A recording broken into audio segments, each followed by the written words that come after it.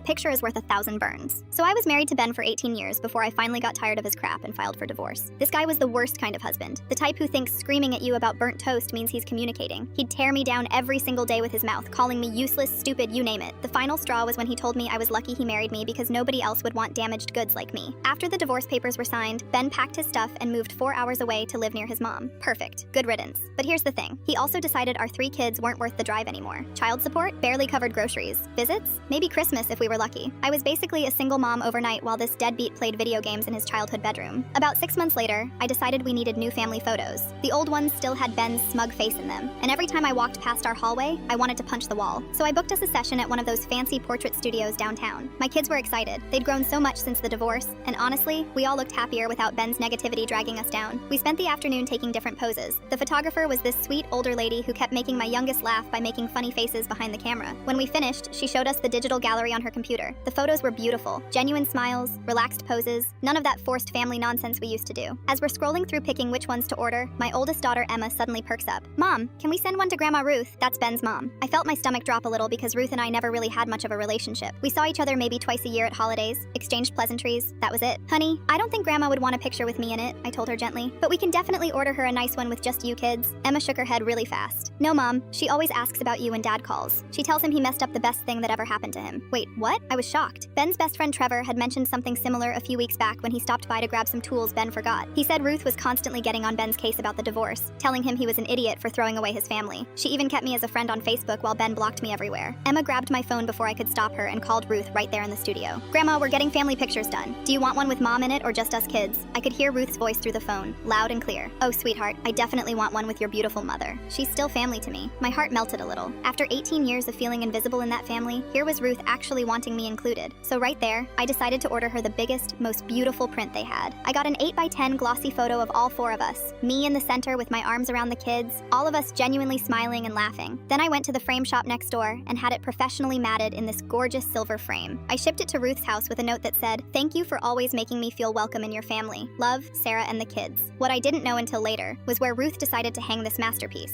Trevor called me 2 weeks later, absolutely dying with laughter. Apparently, Ruth hung our family portrait right in her front entryway, the first thing you see when you walk through her door. So now, every single time Ben visits his mom, the first thing he sees is my smiling face staring back at him from a beautiful family photo that very clearly shows how much better off we are without him. Trevor said Ben's face went completely white the first time he saw it. He stood there for like 30 seconds, just staring, then asked his mom why she had that up. Ruth looked him dead in the eye and said, "Because that's what a real family looks like, Benjamin. Maybe you should have thought about that before you threw yours away." Ben apparently tried to convince her to take it down, but Ruth refused. She told him if he didn't like seeing his ex-wife's happy face, he could visit less often.